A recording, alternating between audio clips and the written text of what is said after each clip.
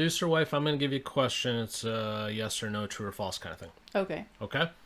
Here's the question. All intents of any corporation, everything they intend to do, is as pure as the wind-driven snow. No. False. So you're on a false with Yeah. that. Okay. Well, we'll explore this particular segment then from the aspect of false, and we'll see where it goes. Okay. Okie dokie. Hi, I'm Dan. That is Producer-Wife Beth. This is the Soule of Wisdom segment 1 for, what is today, Tuesday? Yes. Amazing.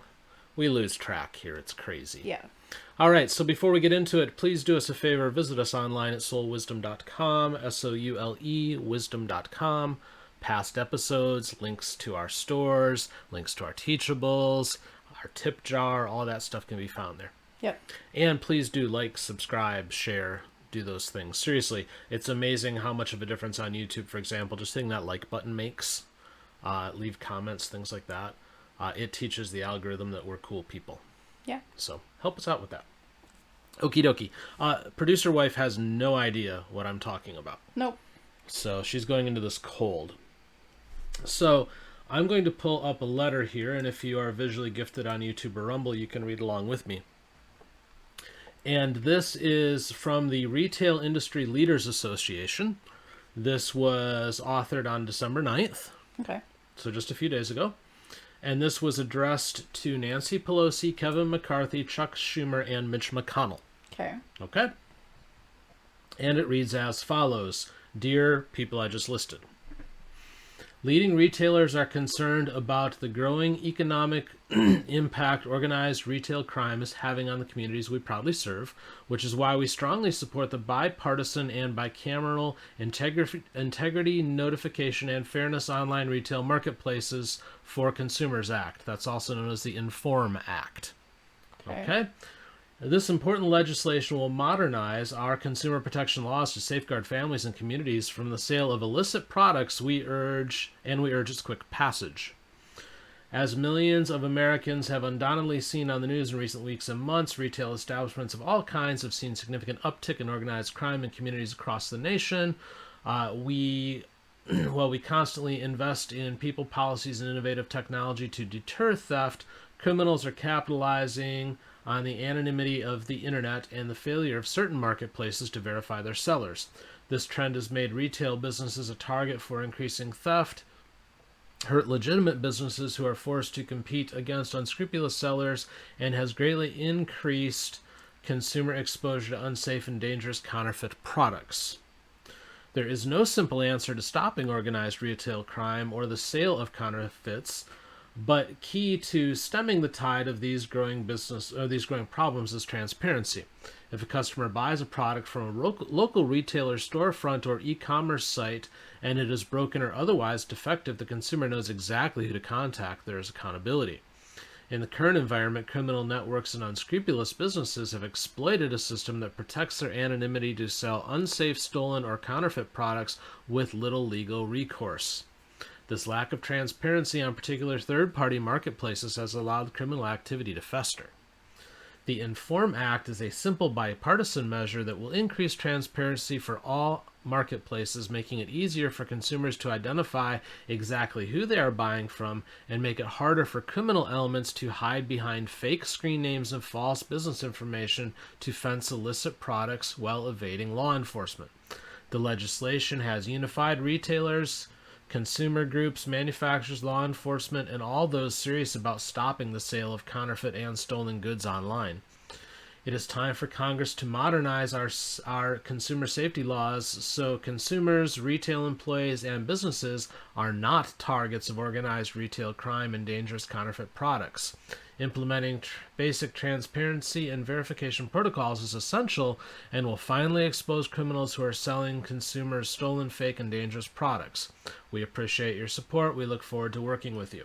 This is signed by the CEOs of Academy Sports and Outdoors, Best Buy, Dick's Sporting Goods, Foot Locker, Kroger, Meijer, Nordstrom, Rite Aid, Target, CF Corporation, AutoZone, CVS, Dollar General, Home Depot, Levi Strauss, Neiman Marcus, Petco, Southeastern Grocers, Ulta Beauty, and Walgreens Boots Alliance. What do you think so far? So far, I think it's They're asking for legislation that's going to make it harder for mom and pop businesses and make it much easier for big businesses. That's my guess. Okay. Why do you think that?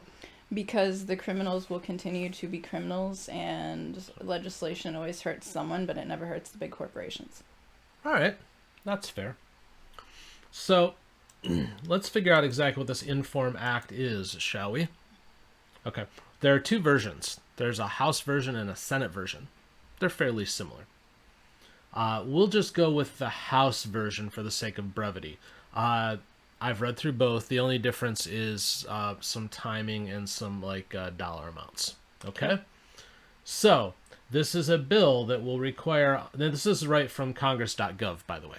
Okay. This is H.R. 5502. All right. Okay?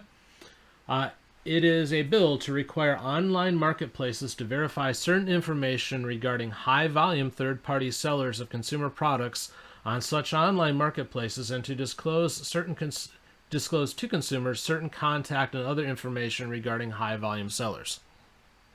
Okay? So, collection. These are the things that they want the third-party marketplaces to collect from a seller. Bank account information. Okay. Contact information, specifically the individual's name, a copy of their identification, a copy of government-issued record or tax document that includes the business name and physical address of such seller, a business tax identification number, a working phone number and email, and then there's provision in here to recertify annually. And if there is no recertification within 10 days of request, the seller is to be suspended. Okay? Okay.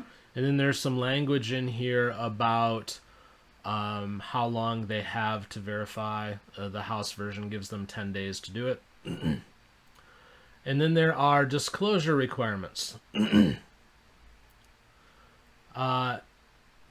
Require any high-volume party seller with an aggregate total of $20,000 or more in annual gross revenues. That's not a high-volume seller, but okay. Yeah.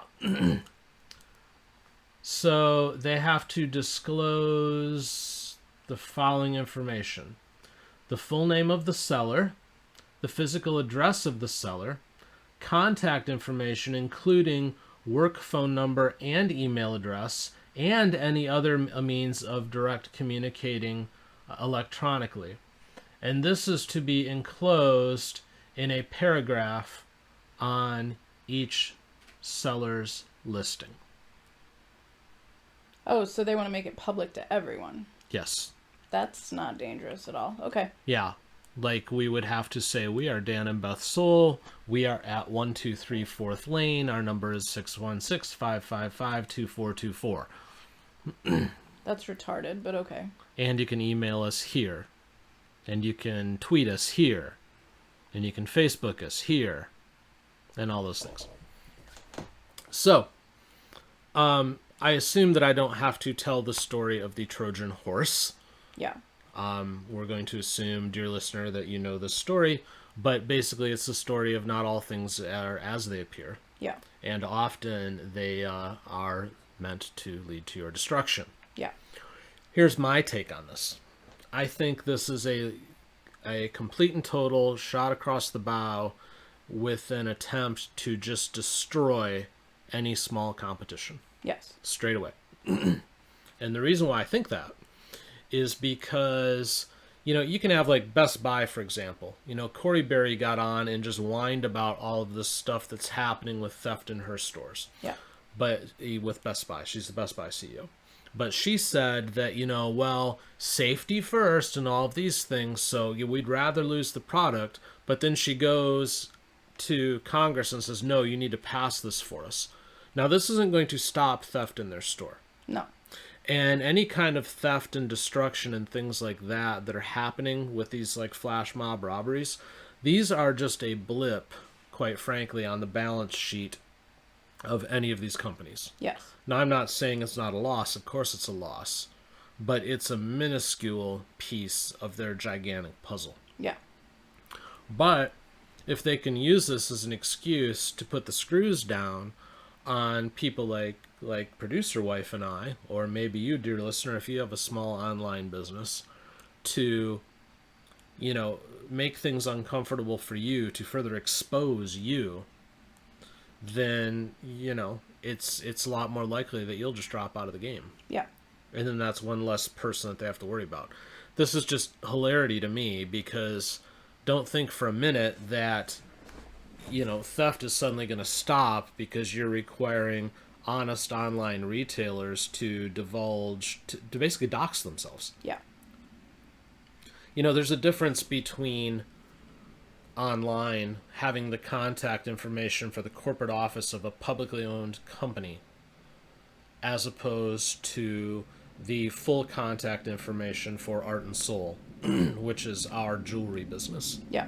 Now, if you go to artandsoul.com, and we recommend that you do, there's ways to contact us. We have a chat function right there. You can email us. We're not hiding. Yeah. But in the same respect, I'm sorry, you're not going to get my cell phone number, and you're not going to know where I live. Yeah.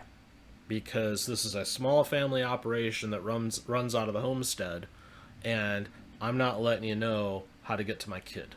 Yeah. Or my parents. Or my wife. Or me. It's not going to happen. But the big businesses think different. Yeah. So I honestly think they're just using this little quote unquote theft emergency. Now the theft is a big deal and it has to stop. Don't get me wrong, but this isn't going to stop it. This is a way for them to just continue to squeeze out the competition. The competition too that's getting the better of them in a lot of ways. Yeah. Brick and mortar is dying, especially so that the likes of a Home Depot, for example, is very motivated to make some of this go away. But even then, how much competition does Home Depot really have on friggin' eBay? Yeah. Let's get real. Best Buy, maybe you could argue it a little bit more. Walgreens with some of the health and beauty stuff. Hell, truthfully, we're a little bit of competition for them because we sell that sort of thing. Yeah. But we don't get it by illegal means. No. So why should we be punished for it? Yeah. But yeah, this to me is lunacy. It is crazy. And I'm doing this segment because if you, dear listener, have any kind of a small business that you run and it has a website, if you know somebody in your family that does, or you have a friend that does, everybody needs to be aware of this. Yeah. Because if they pull this off, I'll be honest with you, it would potentially change how we choose to approach things. Yeah. And if we would continue to approach things in that manner.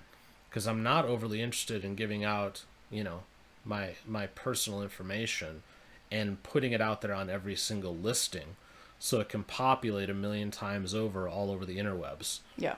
There's no security issues there at all. Yeah. But, what do I know? I guess we'll see where this goes. But they're definitely making a run at this thing. Now, I will say that it has... this has been out there for a little while and it's stalled a little bit, so I think they're trying to get it moving again.